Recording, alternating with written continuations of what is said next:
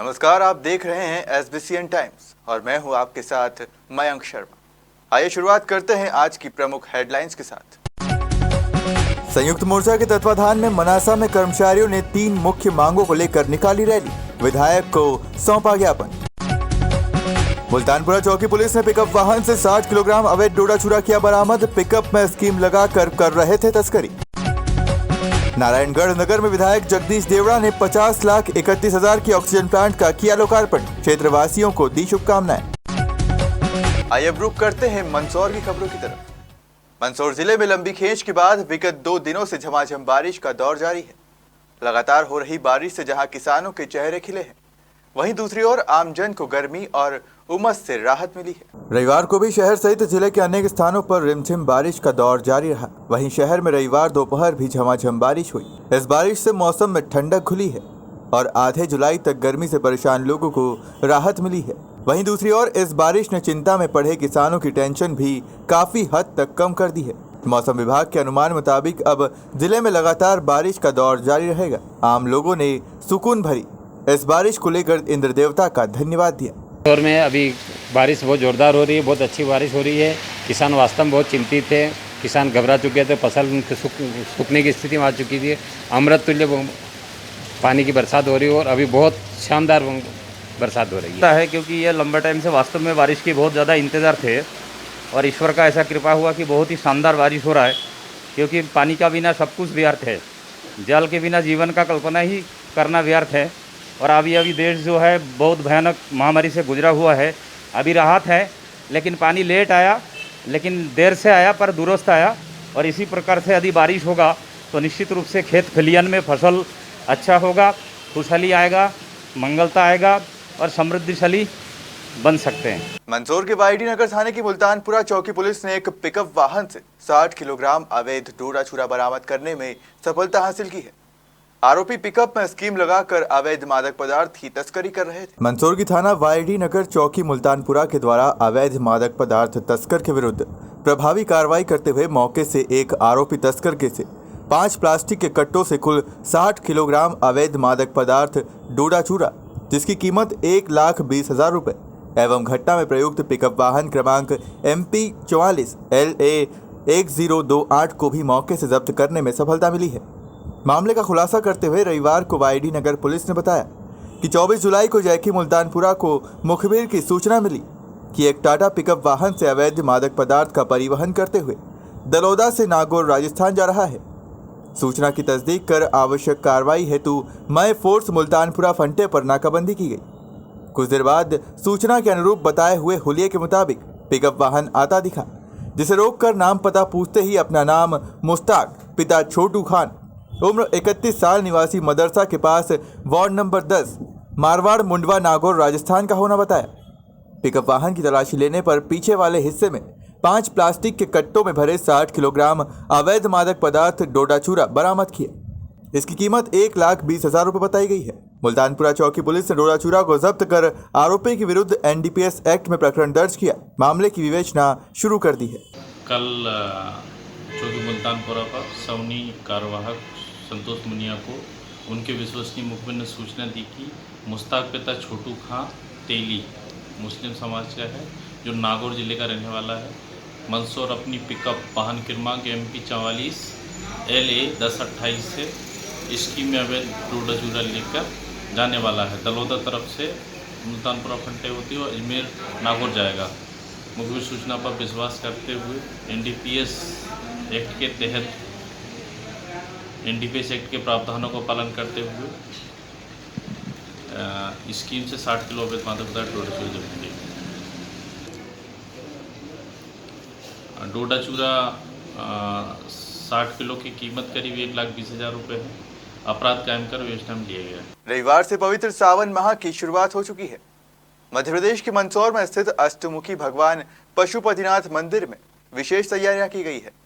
साथ ही कोरोना के चलते मंदिर परिसर में आने वाले श्रद्धालुओं को मास्क लगाना अनिवार्य किया गया है।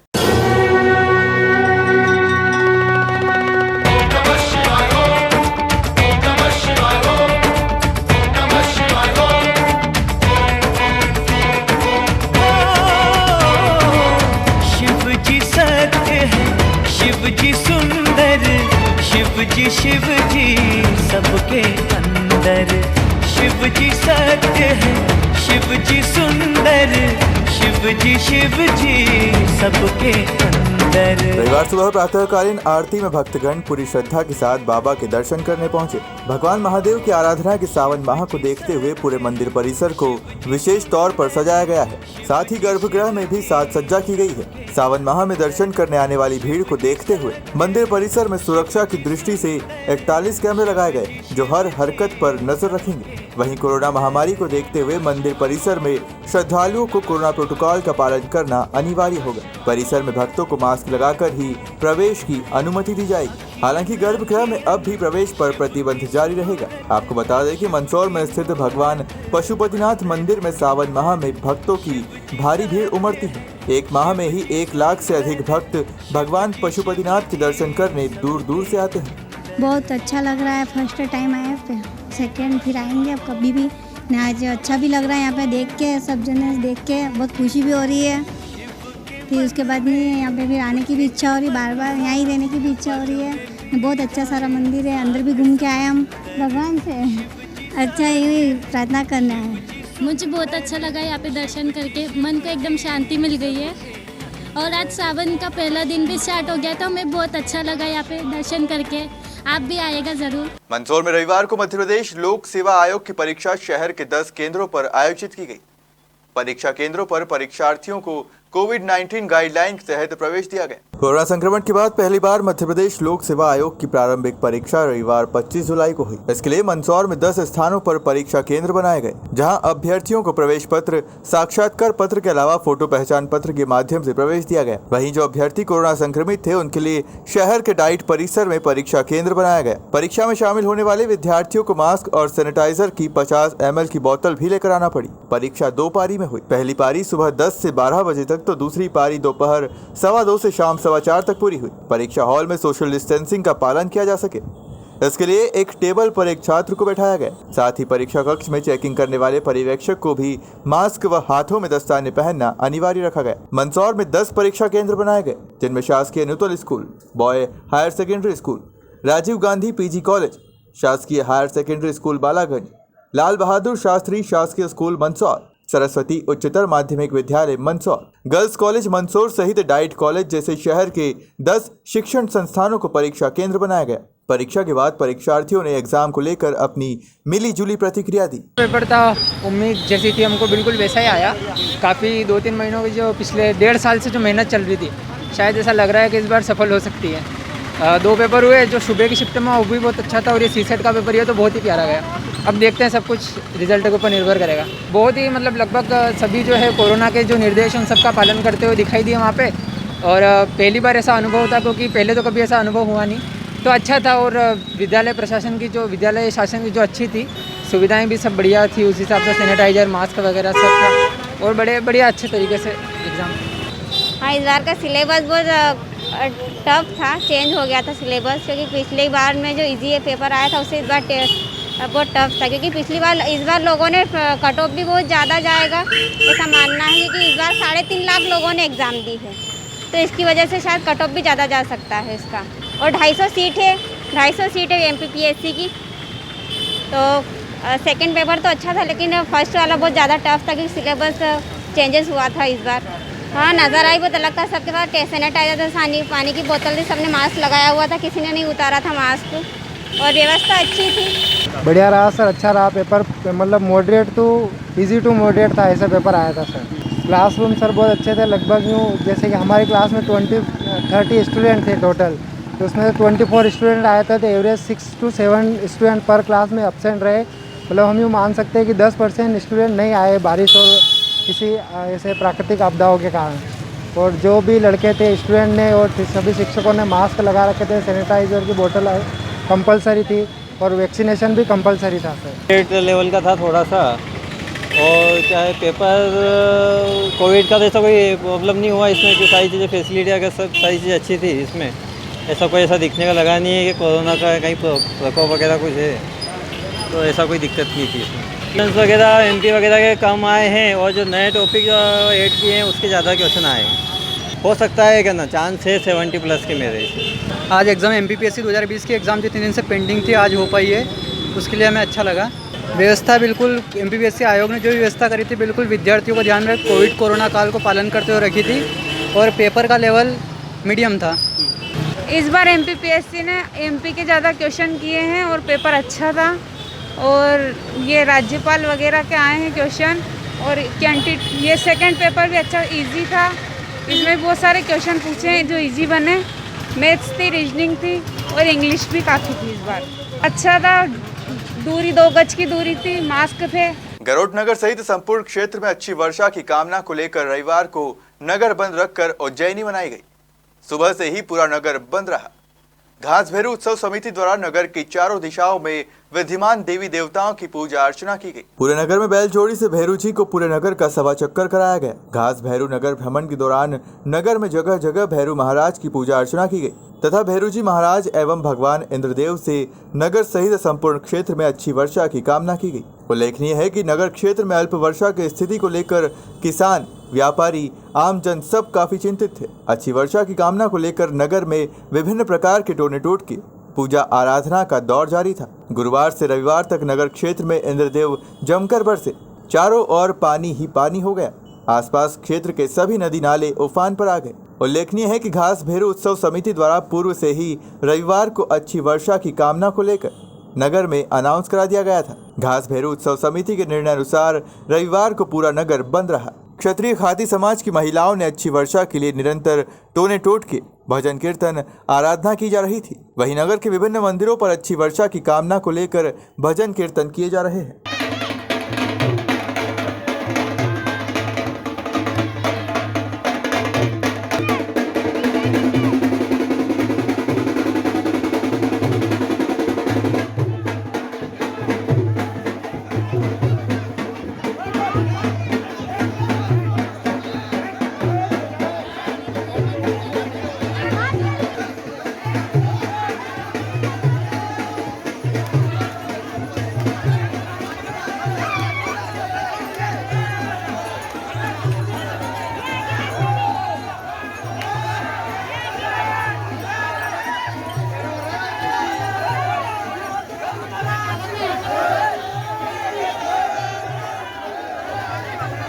आइए रुक करते हैं नीमच की खबरों की तरफ। शनिवार को मनासा में देर शाम 5 बजे संयुक्त मोर्चा के तत्वाधान में शिक्षकों ने 3 सूत्रीय मांगों को लेकर माननीय मुख्यमंत्री के नाम मनासा विधायक माधव जी मारू को ज्ञापन सौंपा। ज्ञापन के दौरान डाक बंगले से कर्मचारियों ने रैली शुरू कर कारगिल चौराहे बस स्टैंड होते हुए डाक बंगला पहुंच माननीय मुख्यमंत्री के नाम ज्ञापन सौंपा। ज्ञापन के दौरान मनासा तहसील क्षेत्र के संयुक्त मोर्चा संघ के कई शिक्षक गण उपस्थित रहे।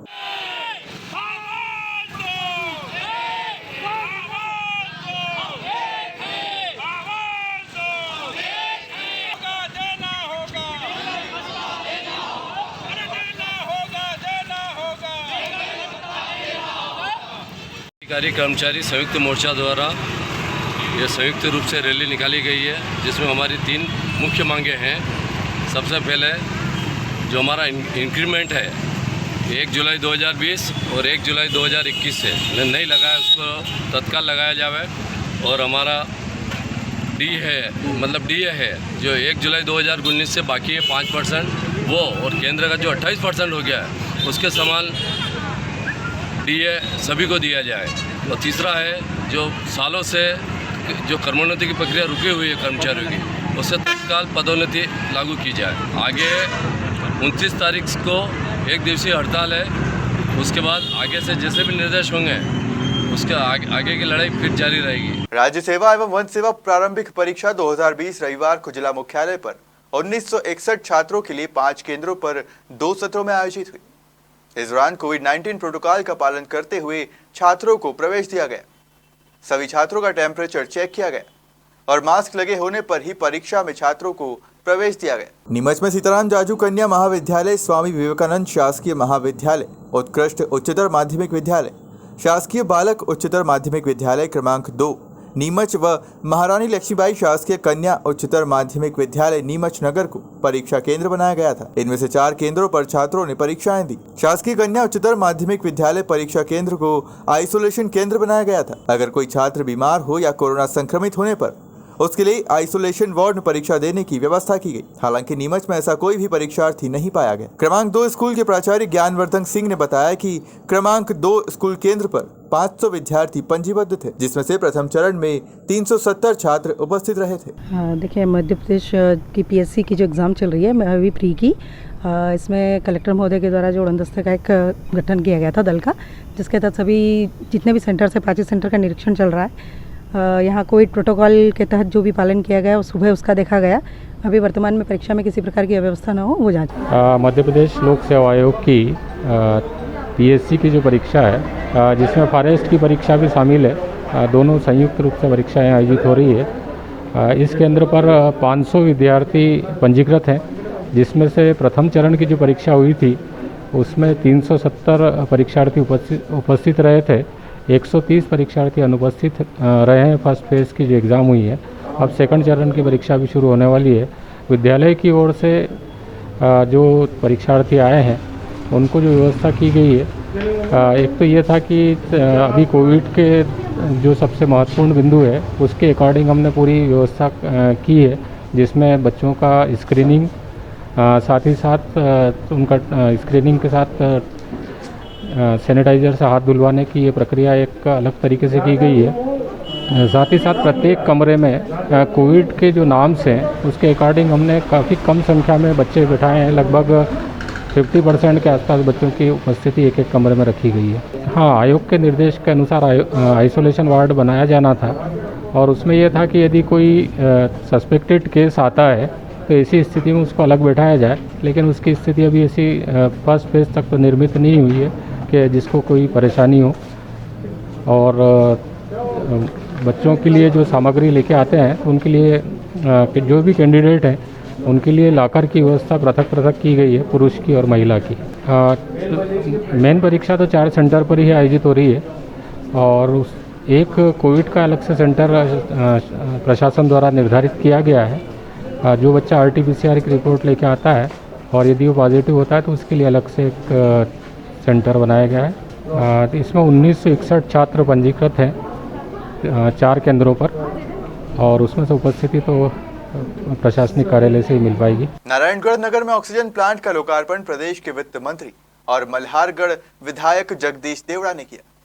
50,31,000 की लागत से इस ऑक्सीजन प्लांट को बनाया गया। प्रदेश शासन के वित्त मंत्री एवं क्षेत्रीय विधायक जगदीश देवड़ा एवं विशेष अतिथि नानालाल अटोलिया, मदन लाल राठौर, सुरेश रूपरा, राजेश दीक्षित एवं मल्हारगढ़ मंडल के अध्यक्ष जितेंद्र जाट एवं मंदसौर जिला कलेक्टर मनोज पुष्प की आतिथ्य में संपन्न हुआ। इस अवसर पर वित्त मंत्री जगदीश देवड़ा ने संबोधित करते हुए बताया कि यह ऑक्सीजन प्लांट मरीजों को सुविधा के साथ साथ अन्य शासकीय अस्पतालों के लिए ऑक्सीजन रिफिलिंग का काम भी करेगा, क्योंकि ये प्लांट मंदसौर जिले का सबसे बड़ा प्लांट है। कलेक्टर मनोज पुष्प ने संबोधित करते हुए कहा कि वैक्सीनेशन के लिए गर्भवती महिलाओं के लिए भी शासन स्तर पर घर से 108 में महिलाओं को बैठाकर वैक्सीनेशन के बाद वापस घर भिजवाया जाएगा एवं क्षेत्र की जनता को ऑक्सीजन प्लांट शुभारंभ पर शुभकामनाएं दी। की शाखा उसका लोकार्पण था, उसका लोकार्पण हुआ, और ITI भवन जो 6 करोड़ 40 लाख की लागत से बनेगा, बहुत बड़ा भवन है, बहुत बड़ी सौगात है। एक उसका भूमि पूजन आज यहाँ पर हुआ है।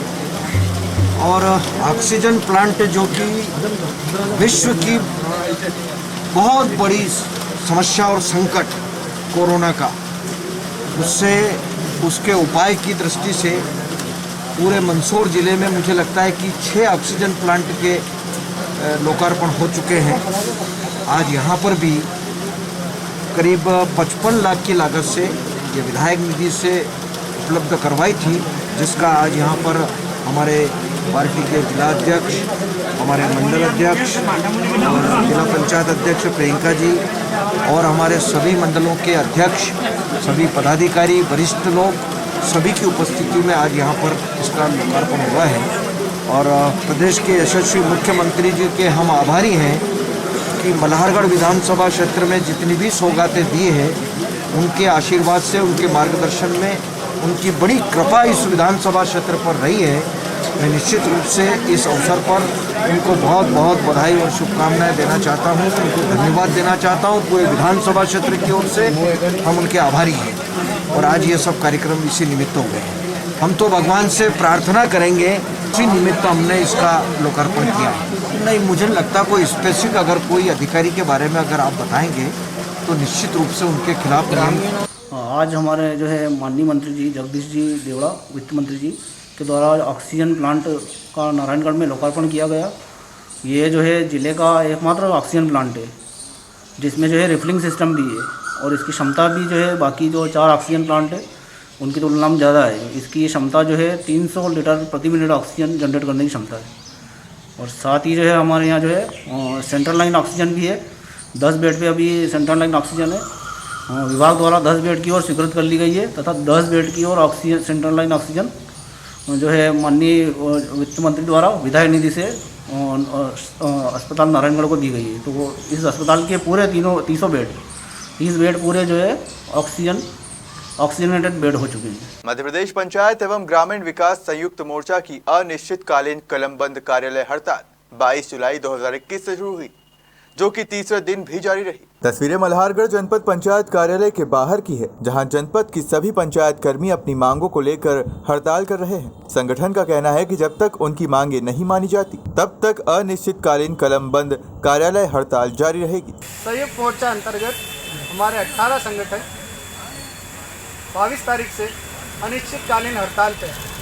आज हमारी हड़ताल का तीसरा दिवस है। हमारी कुछ जायज़ मांगे हैं जिसमें आर्थिक मांगे भी हैं और कुछ अनार्थिक मांगे भी हैं, जिनको शासन ने पूर्व घोषित कर रखा है। उन मांगों को मानने के लिए हमारी अनिश्चितकालीन हड़ताल निरंतर जारी है। आज हमारी हड़ताल का तीसरा दिवस है। जब तक शासन द्वारा हमारी हड़ताल, हमारी मांगे नहीं मानी जाती, हमारी हड़ताल अनवरत जारी रहेगी। संयुक्त मोर्चा अंतर्गत हमारे 18 संगठन हमारे साथ है, जिसमें हमारे पंचायत सचिव भाई, हमारे संविदा कर्मी, हमारे जनपद पंचायत अंतर्गत समस्त कर्मचारी अधिकारी सम्मिलित है। जब तक शासन हमारी मांग नहीं मान रहा, अभी तक शासन के कोई भी प्रतिनिधि हमारे पास नहीं आए हैं। हमारी हड़ताल मध्य प्रदेश के 52 जिलों में अनवरत जारी है। सभी हमारी 313 विकास खंड में हड़ताल जारी है। हमारे जनपद के अंतर्गत 78 ग्राम पंचायतों में हड़ताल जारी है। तो जब तक हमारी शासन ये मांग नहीं मान रहा, तब तक हमारी हड़ताल निरंतर जारी रहेगी। पंचायत एवं ग्रामीण विकास विभाग का पूरा अमला लगातार आज तीसरे दिन संयुक्त मोर्चे के आह्वान पर हमारी हड़ताल जारी है। हमारी मुख्य मांग मध्य प्रदेश सरकार से है, जो 2018 में संविदा नीति जो लागू की गई थी उसका अभी तक परिपालन नहीं हुआ। और जो मध्य प्रदेश पंचायत सचिव संगठन के बैनर तले माननीय मुख्यमंत्री जी ने PNP ग्राउंड में वर्ष 2013 में जो घोषणा की थी, वो घोषणा का पालन आज तक नहीं हुआ है। हमारी छोटी मोटी आर्थिक और अनार्थिक मांगे हैं। हमारे जनपद के कर्मचारी अधिकारियों की छोटी मोटी मांगे हैं। इनको 5वां वेतन, 6वां वेतन आज तक विसंगति है। पंचायत सचिवों के 6ठे वेतन में आज तक विसंगति है। हमारा सरकार से यही कहना है कि हमारी जो छोटी मोटी मांगे हैं, जो आपने पूर्व में आदेश प्रसारित कर रखे माननीय मुख्यमंत्री जी की घोषणा अनुसार जो पालन, उसका आज तक पालन नहीं हुआ। जो आदेश है अभी भी रद्दी की टोकरी में पड़े हुए।